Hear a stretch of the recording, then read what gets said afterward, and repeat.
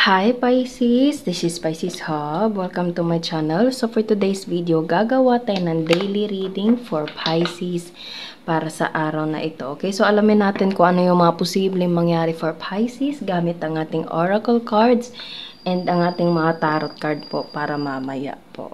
Okay, so gamitin natin to. Alamin natin kung ano po yung posibleng mangyari for Pisces sa araw na ito. And again, this is a general reading po. So, pwede pong mag-resonate sa'yo.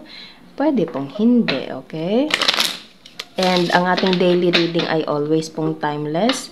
So, kahit anong araw, buwan, taon mo ito napanood. Basta tugma sa sitwasyon nyo po, take lang. Pag hindi, huwag pong ipilit, okay? So, ano po yung mga posibleng mangyari po for Pisces sa araw na napanood niya to? Mga gabay mensahe para kay Pisces sa araw na ito.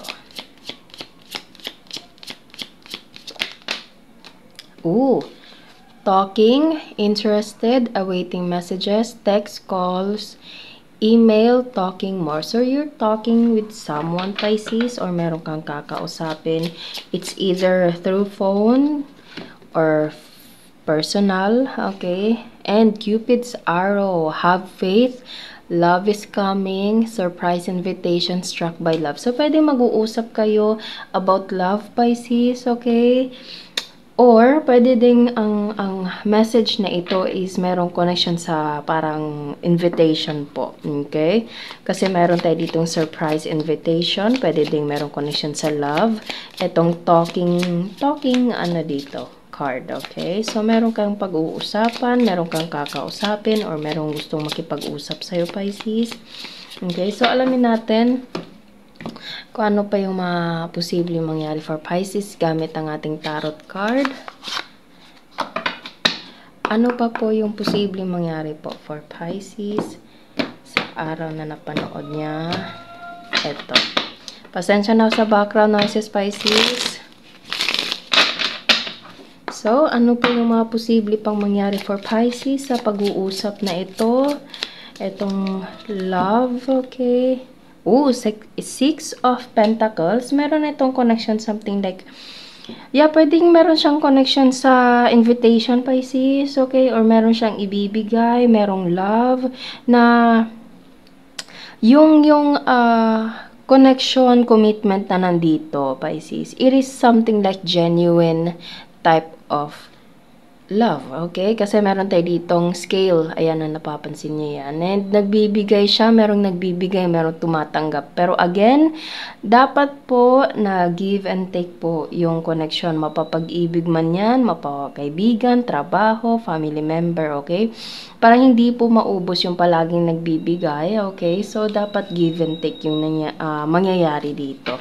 Okay? So, meron itong connection sa pwedeng dating, okay, na kumbaga naibibigay yung kung ano man yung dapat maibigay, Pisces, okay? Mararamdaman mo yung commitment sa taong ito, kung sino man itong ka-talking mo na nandito. Okay, this is a love, posible, pwede din sa invitation, and, Three of Swords. Hindi tayo nagbabasa ng, reversal, Pisces. Pero pag ganyan kasi, para siyang naka-move on, hindi nasasaktan. Pero hindi as I said, hindi tayo nagbabasa ng reversal. So, meron tayo ditong Three of Swords. Ang dami mong napagdaanan, or pwedeng ito yung taong dinidil mo, Pisces, na you are hurt by this person, or both of you are hurting. Okay? And hindi makapag-focus. May mga bagay, may mga ginagawa na hindi makapag-focus dahil sa, alam mo yun, dahil sa pag-ibig or dahil sa emosyon na nasasaktan. So, pwede meron itong connection sa rekindle, Pisces, pag-uusap, okay? Or pwedeng this is a new person na posibleng kinakausap mo na, Pisces, okay? And this person wants to give everything, kung ano man yung hindi mo natanggap dati, okay? Or pwedeng itong taong to is marami ding napagdaanan, or ikaw, or pareho kayo. Okay, so, naririnig ko yung word na love bombing, Pisces. Sana ma-identify niyo po yun and wag po kayong basta-bastang, alam mo yun, mahulog agad-agad. Kailangan po ninyong tama ba? Kailangan niyo pong kilalanin yung tao po muna before nyo ibigay ng buong buo yung puso niyo po. Okay? And Queen of Wands, you are so attractive, Pisces. Kahit Queen yun nandito, pwedeng ito ay sa masculine, pwedeng sa feminine, pwede po sa lahat po. Okay? Queen of Wands kasi is someone na so attractive, okay, physically attractive, posibleng mahilig sa flower, mahilig sa cat, pwedeng nakatira ka malapit sa nature, Pisces, or pwedeng mahilig ka sa nature, okay, or pwedeng ikaw ay healer, pwedeng ikaw ay spiritual, nakikita niyo yan, posible pong ganun, okay, so, pwede din naririnig ko yung word na manifested, you manifested this person, Pisces, or you manifested this kind of love na naibibigay genuinely, yung pagmamahal, yung treatment na gusto mong makuha, Pisces. Okay, so posibleng this is a new love for you to come, especially with this talking and Cupid's arrow po. Okay, but again, dapat po kilitasin kilalanin, yun na lang yung word na gagamitin ko. Okay, kilalanin ng mabuti yung taong dinidil nyo po. Okay, protect your heart, but at the same time, you should know how to give love and feel loved, Pisces, okay? Kumbaga, give and take. Hindi pwedeng yung isa lang nagbibigay, tapos yung isa na tumatanggap. Mauubos din yung nagbibigay, Pisces, okay? So, kung meron ka mang nakilalang tao na ganito, make sure na naiparamdam mo din sa kanya na mahal mo din siya, Pisces, para hindi na maging ganito. Okay, so there's a possible na there's a new love, okay? Or pwede din namang past lover mo ito, Pisces, regarding with this Three of Swords na nandito. Okay? Pero depende po yan sa kung sino po yung dinidil nyo po. And Four of Pentacles. Yes, as I said kanina, kilalanin po natin or nyo po yung tao. Okay? Protect your heart based on this Four of Pentacles na nakikita nyo. Meron tayo ditong vault, okay? Kumbaga, meron siyang sinisave para sa sarili niya and kailangan po yung ganun po. Hindi po pwedeng buhos lang ng buhos, mauubos ka po yung ganun, okay? Kailangan nyo pong mag-save, kailangan nyo pong mag-iwan para sa sarili nyo po, okay? Pero wag pa rin kalimutan na iparamdam sa isang tao or sa specific na person mo, Pisces, na kung ano yung nararamdaman mo sa kanya. Okay? Kumbaga, you can love a person, but you should love yourself first, Pisces. Okay? Kasi merong magandang dito. There's a big possibility na love. Okay? With this Cupid's arrow. Pwedeng kinakausap mo na to, mahilig kayong magtawagan, Pisces, pwede pong ganun, okay? So, ano pa? Saglit, gamitin natin itong isa nating tarot card. Alamin pa natin kung ano pa yung mga posible pang mangyari for Pisces sa araw na napanood niya ito. Puro tayo dito love, Pisces. So, pwedeng ito ay love reading, possible, okay? Malaki yung, ano pa po? Ayun. Oh, Knight of Pentacles.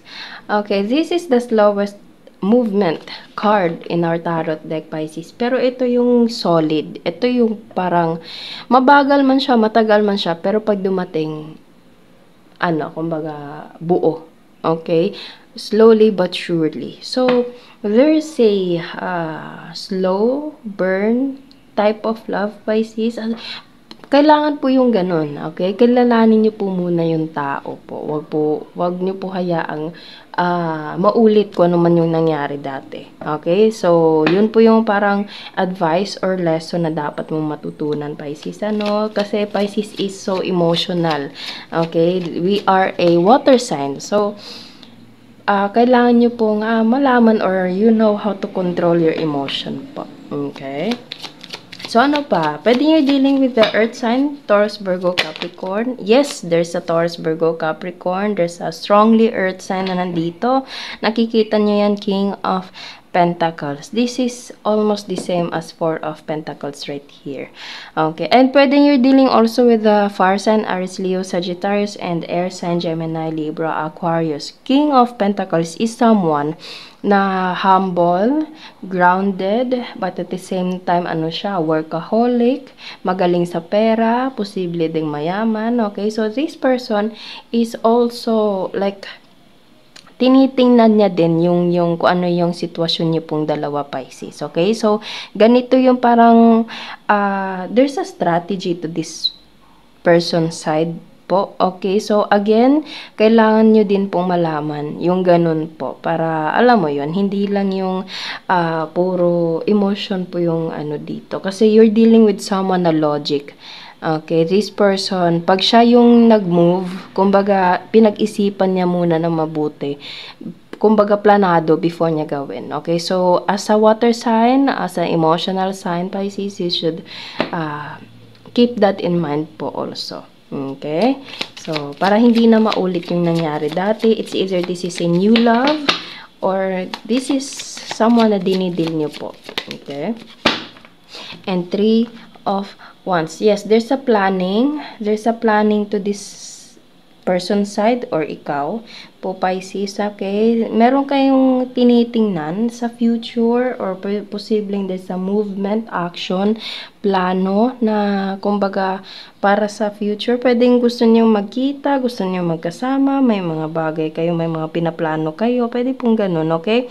So, kahit ano man ito, this person, as I said kanina, is planado lahat. Before niya gawin, pinaplano niya lahat, Pisces. Or meron na kayong plano ng taong to. Okay? And mararamdaman mo, hindi mapapagkaila yung ano dito, Pisces. Mararamdaman mo yung love ng taong to. Okay? Kasi this is 6 of Pentacles. Okay? So, naibibigay yung dapat or sobra pa, Pisces, ano? So, maganda siya actually. Maganda yung intention ng taong to. But at the same time, this person is like thinking also on his side or her side, and dapat din po, ikaw din po. Ganon din po, Pisces. Okay? Para balance eh. So, ano pa? Sige, kuha tayo ng Soul Connections When Two Hearts Meet, Love Oracle Cards. Ano pa po yung mga posibleng mangyari po? Nasa big ko yung invitation. So, pwede meron itong connection sa invitation, Pisces. Okay, so ano po yung advice niyo po for Pisces? For this love right here. Oh, okay. Meron tayo ditong synchronicity and challenges. Synchronicity, divine soul counterpart relationship is blessed with amazing moments of synchronicity. Yeah, dapat pareho kayo. Dapat kayo parang you're on the same page with this person, Pisces. Okay? Kumbaga, compatible kayong dapat. Okay? Challenges, all true soul connections involve challenges that can be overcome together. Yes, posibleng you're dealing with this person from your past, and pwedeng there's a challenges na nangyayari with this 3 of Swords and challenges right here. Pero gusto nyo tong i-overcome. Gusto nyo tong lampasan, Pisces. And that's so good. Maganda yon. Okay? There's a second chance yung nandito. Okay? And dapat malinaw and may mga lesson from the past na kailangan matutunan both sides, Pisces. Ano? And you should know that both of you are on the same page with the synchronicity. Okay? Para maging maayos yung daloy at hindi na maulit yung nangyari dati, Pisces. Okay? So, kuha tayo ng mga initials, random words, kung sino or ano po yung konektado for Pisces sa araw na ito. Meron tayo ditong hair. Pwedeng itong taong to is gusto niya yung buhok mo, okay? Or gusto mo yung buhok niya, or mayroong connection sa buhok. Okay? So, ano pa? Letter E.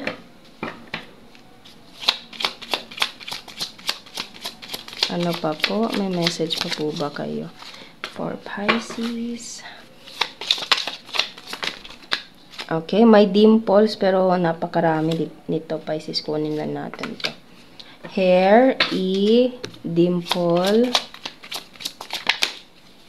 trabaho. Yes, this person is like a workaholic. Pwedeng, meron din siyang negosyo. Older.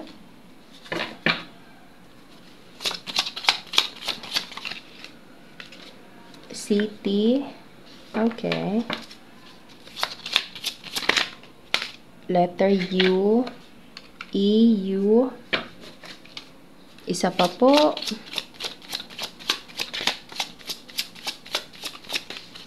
Ayan. Flower. Okay, so yun po ang ating reading for Pisces para sa araw na ito. Naway nag-resonate at naway nagustuhan niyo po. Huwag niyo po sanang kalimutan na mag-like at mag-subscribe po sa ating channel and click the bell button, Pisces, para ma-notify po kayo sa next videos na i-upload natin, okay? So, thank you, Pisces, and God bless!